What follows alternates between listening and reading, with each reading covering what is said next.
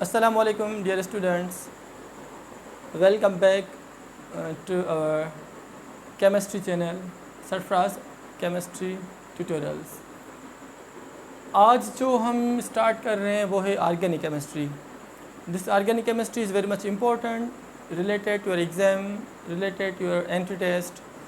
तो यहाँ पर जितने भी चैप्टर्स हैं मैं कोशिश करूँगा उनकी systematically with the numbering organic chemistry के लेक्चर्स बनाऊँ। तो ठीक है बच्चे, सबसे पहले जो फर्स्ट लेक्चर होगा ऑर्गेनिक केमिस्ट्री का वो है ये कि व्हाट इज़ ऑर्गेनिक केमिस्ट्री। जैसे केमिस्ट्री में ये होता है कि स्टडी ऑफ मैटर हमने पढ़ा है बेसिक्स में। अब इस केमिस्ट्री की भी और ज़्यादा ब्रांचेस होती हैं, जैसे organic chemistry, inorganic chemistry, physical chemistry, analytical chemistry, bio chemistry, industrial, nuclear और ज़्यादा केमिस्ट्रीज़ होती हैं। जो मोस्ट इंपॉर्टेंट ब्रांचेस होती हैं बच्चे वो यहाँ पर है ऑर्गेनिक केमिस्ट्री और इनऑर्गेनिक केमिस्ट्री। अब सेकेंड ईयर के सिलेबस को अगर हम टच करें, सेकेंड ईयर लेवल के सिलेबस को, तो वहाँ पे जो चैप्टर नंबर 6 है वो ऑर्गेनिक केमिस्ट्री का इंट्रोडक्शन है। Introduction to chapter number 6 belongs to chapter number 6 of second year chemistry. तो स्टार्ट करते हैं विद द लेक्चर नंबर 1। अब जैसे यहाँ पे लिखा हुआ है कि what is organic chemistry, introduction to organic chemistry से हम स्टार्ट करते हैं। जो बेसिक्स होंगे ऑर्गेनिक केमिस्ट्री की वो सारी बातें आज हम डिस्कस करेंगे। उसके बाद जो बड़े बड़े टॉपिक्स होंगे रिलेटेड टू ऑर्गेनिक केमिस्ट्री इंशाल्लाह हम पढ़ेंगे। तो सबसे पहले व्हाट इज़ ऑर्गेनिक केमिस्ट्री। तो बच्चे हम यहाँ पे ये कहेंगे कि जो ऑर्गेनिक केमिस्ट्री है it is the study of organic compound, organic compound कमा हाइड्रोकार्बन्स, या अगर हाइड्रोकार्बन्स हैं उनकी स्टडी को भी हम ऑर्गेनिक केमिस्ट्री कहते हैं। Hydrocarbons and their derivatives, and their derivatives।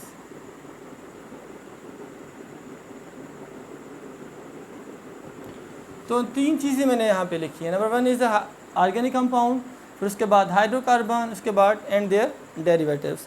तो ऑर्गेनिक कंपाउंड, अब जैसे यहाँ पे लिखा हुआ है the word is organic compound. तो ऑर्गेनिक कंपाउंड है क्या? Those compounds which essentially contain a element that is called carbon. तो हम ये भी कहते हैं कि कार्बन कंपाउंड्स जो होते हैं, carbon compounds, most of the कार्बनिक compounds are organic in nature. अगर कार्बन के बाद हाइड्रोजन आ जाए तो यकीनन समझें कि वो कंपाउंड क्या होगा बच्चे, ऑर्गेनिक होगा। तो what is organic compound? The study of carbon compounds like glucose, जैसे हम पढ़ते हैं C6H12O6। ठीक है बच्चे। तो यहाँ पे this compound is organic compound. Why this compound is organic? Because it contain carbon. सबसे पहले तो आप कार्बन को देखो। अच्छा, कार्बन के बाद अगर हाइड्रोजन आ जाए तो यकीनन आप समझ जाएँ कि this compound should be A organic compound.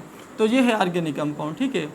अब जैसे सेकेंड ईयर के जो पहले चैप्टर्स होते हैं, चैप्टर 1 टू चैप्टर 5, वो बिलोंग करते हैं एक दूसरी ब्रांच ऑफ केमिस्ट्री से, हम कहते हैं इनऑर्गेनिक केमिस्ट्री।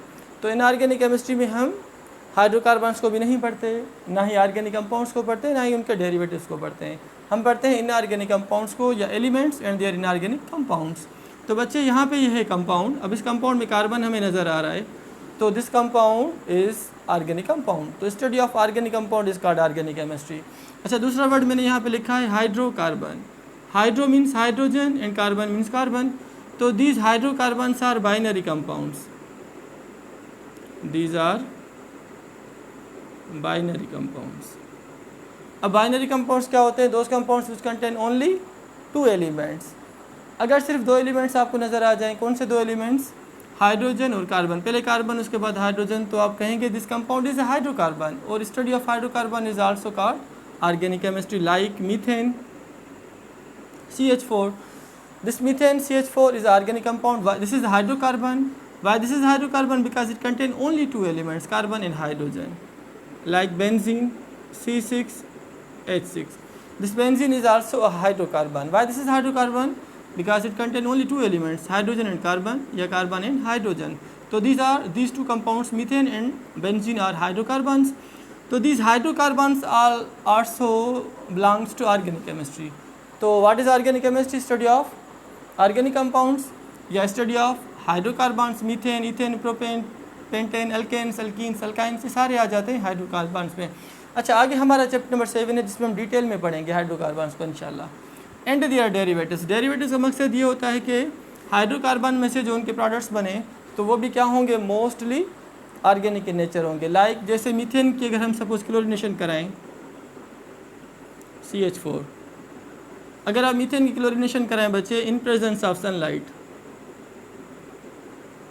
ये मैंने आपको फर्स्ट ईयर की classes zero order of chemical reaction का एक एग्जांपल है, जीरो ऑर्डर रिएक्शन, वहाँ पे मैंने अच्छे तरीके से इसको एक्सप्लेन किया है कि why this reaction is a photochemical reaction या why this reaction is a zero order reaction. ये आप देख सकते हैं, मेरा लेक्चर है पूरा जीरो ऑर्डर रिएक्शन का। बेस्ट एग्जाम्पल मैंने आपको ये दिया होगा, क्लोरीनेशन ऑफ मीथेन। तो यहाँ पे ऑर्गेनिक केमिस्ट्री में फ्री रेडिकल मैकेनिज्म इन्वॉल्व होता है, जिसके दौरान सबसे पहले हमें क्या मिलेगा, यहाँ से एक हाइड्रोजन निकल जाएगा, एक क्लोरीन इसके साथ लग जाएगा, माना मिथाइल क्लोराइड CH3Cl और प्लस HCl।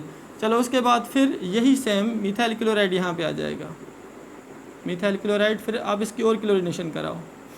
अच्छा ये वन सम दे देंगे फोटान, आगे इसको यूज़ करने की ज़रूरत नहीं है। तो यहाँ पे भी क्या होगा, एक हाइड्रोजन रिप्लेस हो जाएगी और एक क्लोरीन यहाँ से लग जाएगा इसके पास, है ना, CH2 Cl2 प्लस HCl। फिर आगे ये रिएक्शन और कंटिन्यू होगा। ये यहाँ पे जो प्रोडक्ट है डाइक्लोरोमीथेन, वो हम यहाँ पे लिखेंगे CH2 Cl2, फिर दोबारा आप इसकी क्लोरीनेशन कराओ तो एक क्लोरीन यहाँ पे आ जाएगी, एक हाइड्रोजन फिर दोबारा यहाँ से निकल जाएगा, तो एक क्लोरीन और इसमें ऐड हो जाएगी, तो ये क्या हो जाएगा CHCl3 प्लस HCl। ये फ्री रेडिकल मैकेनिज्म होता है। अच्छा इसको हम कहते हैं क्लोरोफॉर्म।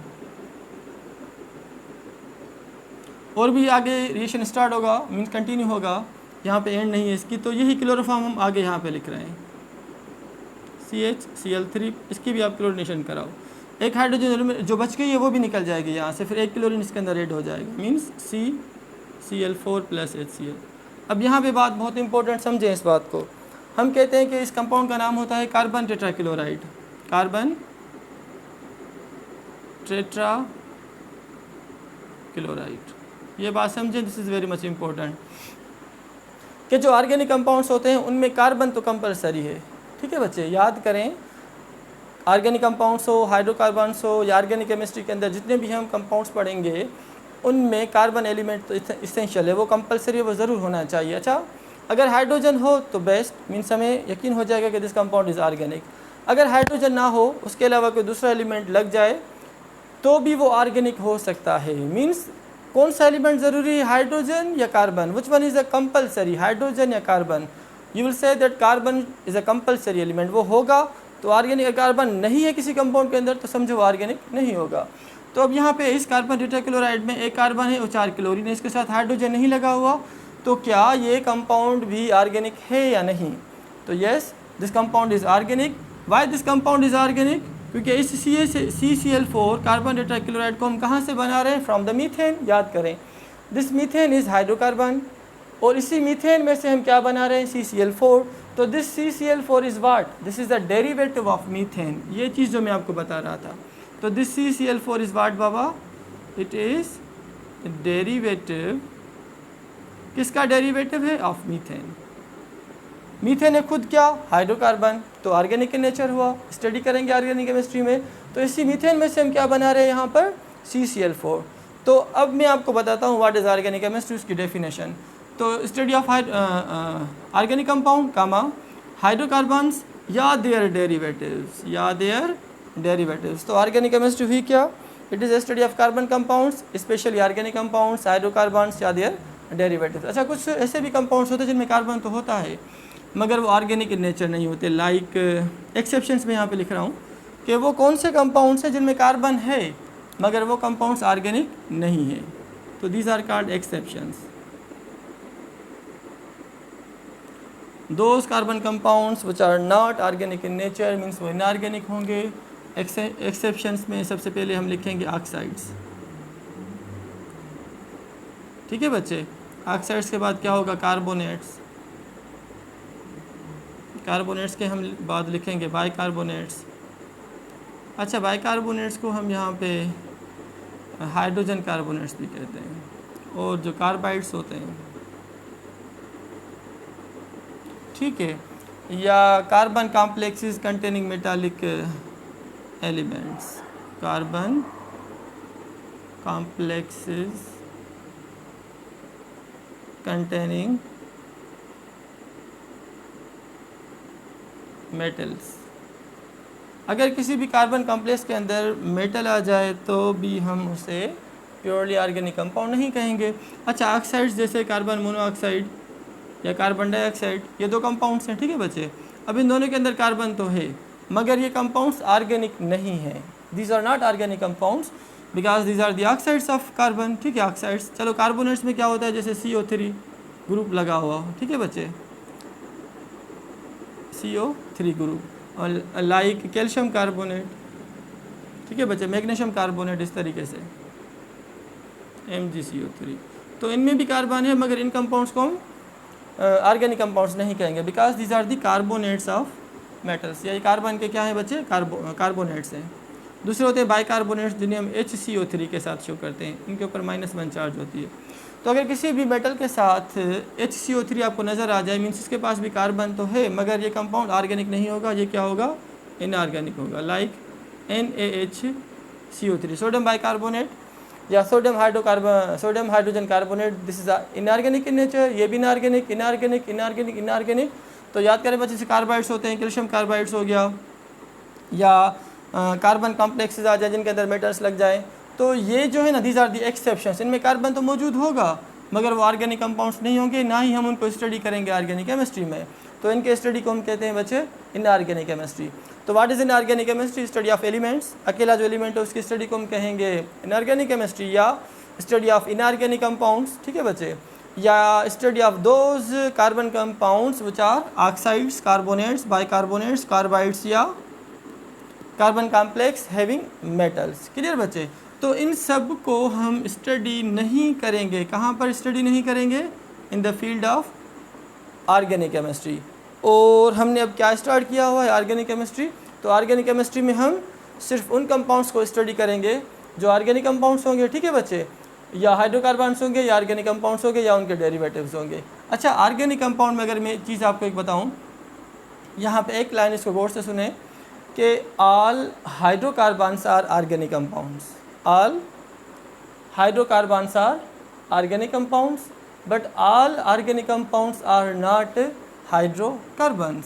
सपोज अगर हम ग्लूकोज की बात करें तो ग्लूकोज इज़ वाट, ये तो ऑर्गेनिक कंपाउंड है, ठीक है बच्चे, ग्लूकोज इज़ ऑर्गेनिक कंपाउंड। या अगर हम शुगर की बात करें यहाँ पे तो सक्रोज होता है C12H22O11, ठीक है बच्चे।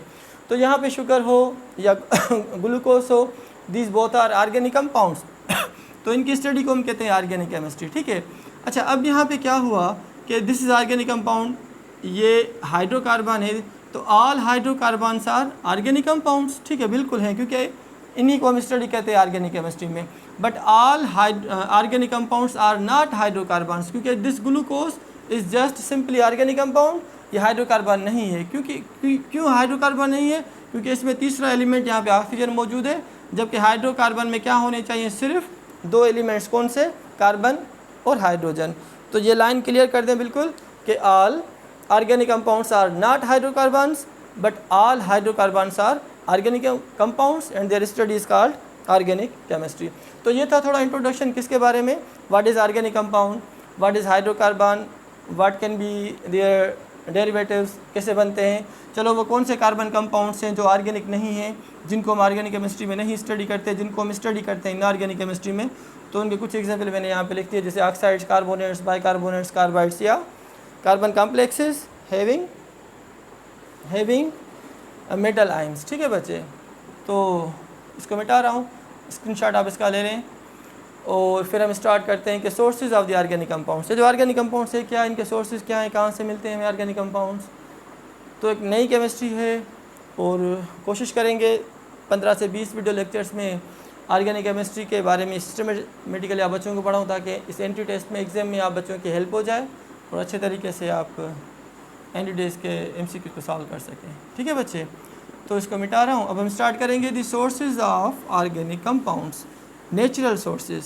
सबसे पहले हम पढ़ेंगे natural sources of organic compounds, कि ऑर्गेनिक कंपाउंड्स तो हैं मगर कहाँ से मिलते हैं, इनका मेन सोर्स क्या था, इनकी हिस्ट्री क्या है। और एक साइंटिस्ट था बर्जीलस, साइंटिस्ट का नाम था जे बर्जीलस,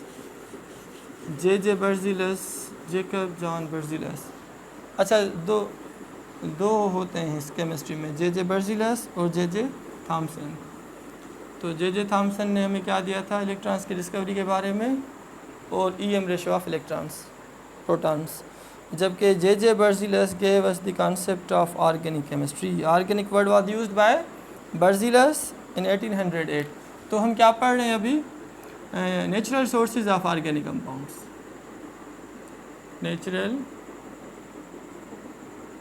सोर्सेज ऑफ ऑर्गेनिक कंपाउंड्स। अब जो नेचुरल सोर्सेज है ऑर्गेनिक कंपाउंड्स के, साइंटिस्ट का नाम था क्या बच्चे, बर्जीलस, ठीक है। तो बर्जीलस ने जो वर्ड यूज़ किया था ऑर्गेनिक वर्ड,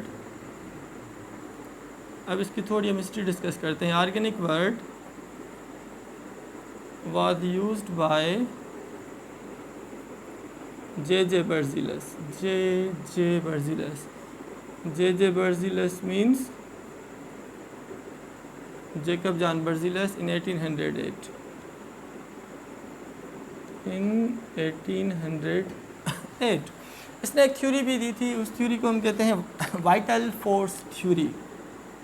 वाइटल, इसके बारे में थोड़ा इंट्रोडक्शन में आपको देता हूँ। वाइटल फोर्स थ्योरी,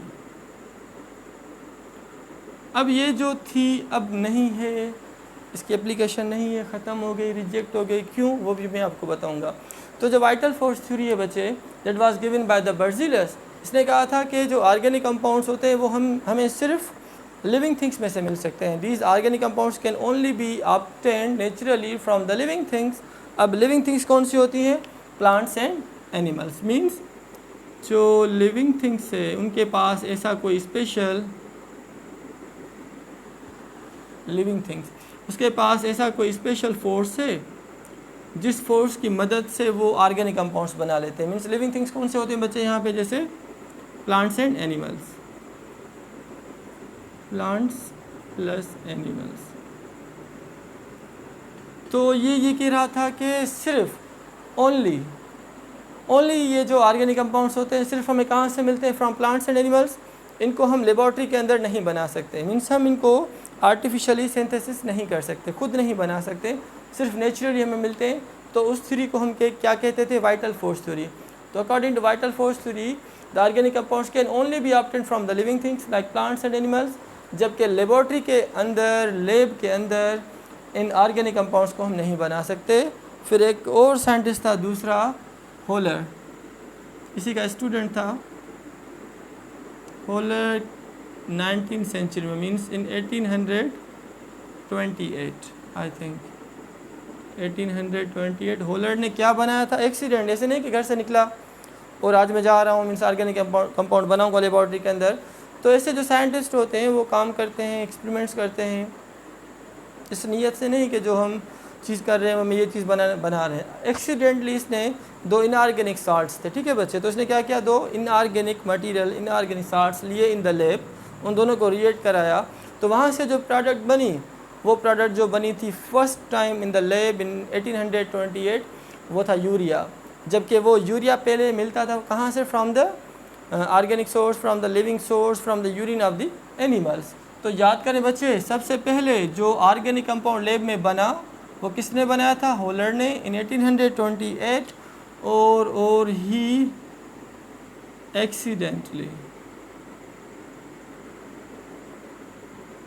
कोई प्लानिंग इसकी नहीं थी, ठीक है ना बच्चे, तो he accidentally prepared first organic compound, first organic compound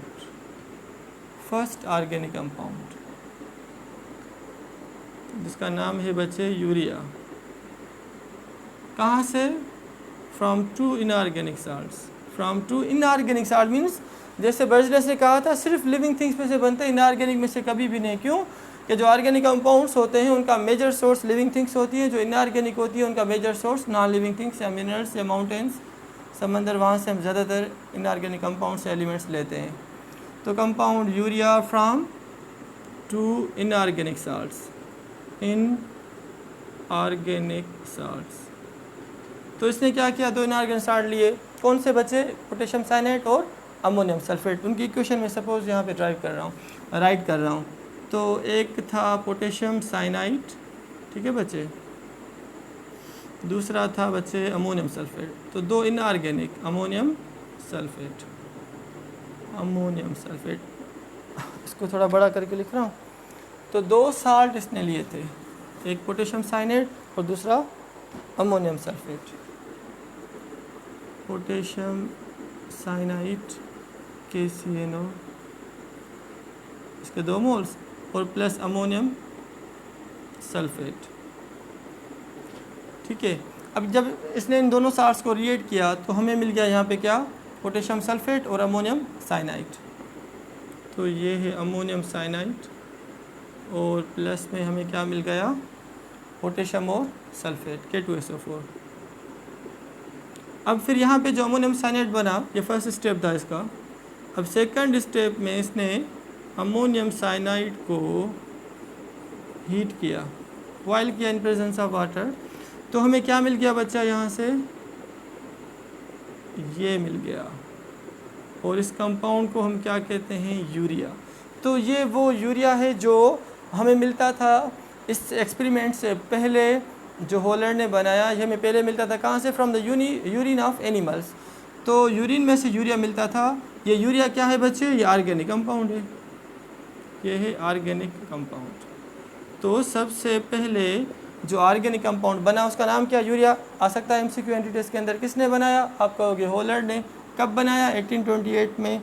तो क्या हम ऑर्गेनिक कंपाउंड्स लेबोरेटरी के अंदर बना सकते हैं, तो इसका जवाब है yes we can prepare the organic compounds in the lab from inorganic material. कौन से इनऑर्गेनिक साल्ट्स ने यूज़ किए, पोटेशियम साइनाइड और अमोनियम सल्फेट। फिर अमोनियम साइनाइड को इसने रीअरेंज किया, तो हमें क्या मिल गया बच्चे,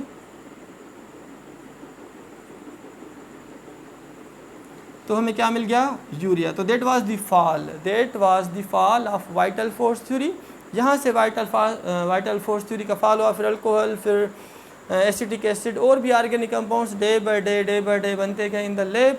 और nowadays there is a complete fall of vital force theory.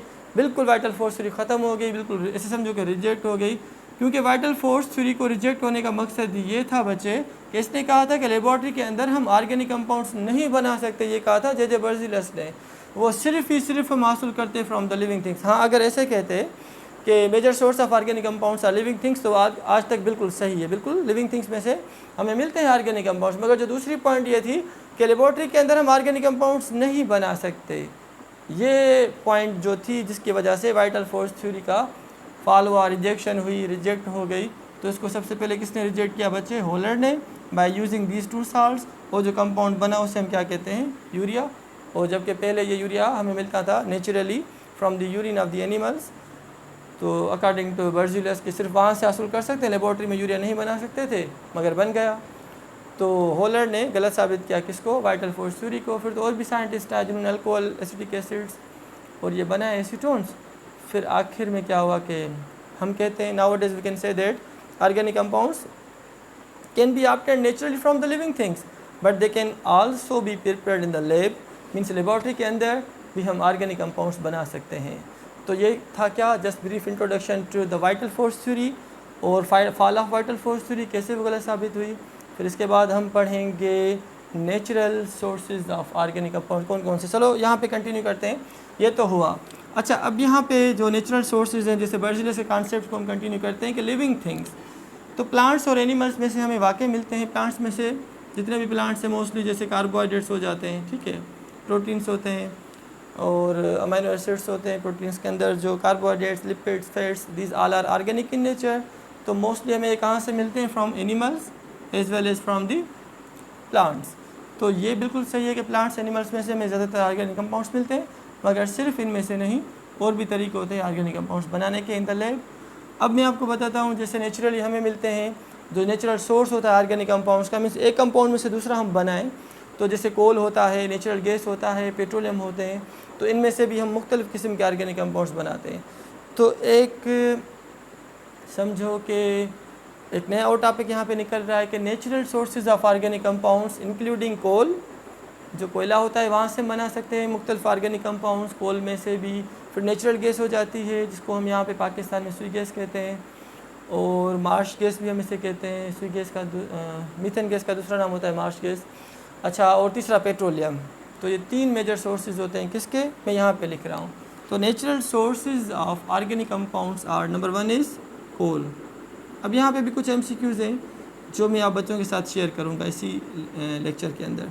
कोल के बाद क्या है बच्चे, नेचुरल गैस। नेचुरल गैस को यहाँ पे पाकिस्तान में हम क्या कहते हैं, सुई गैस। सुई gas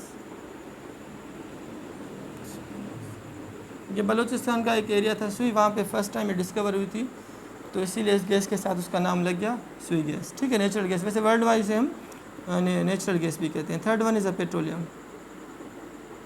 third one is petroleum. तो ये सारे सोर्सेज है ऑर्गेनिक कंपाउंड्स के। इस बात को समझें कि कोल जो अकेला होता है वो होता है कार्बन। ठीक है, तो carbon is a element, study of carbon is called inorganic chemistry. मगर इस कोल में से जो चीज़ें निकलती हैं उन्हें हम ऑर्गेनिक कह सकते हैं।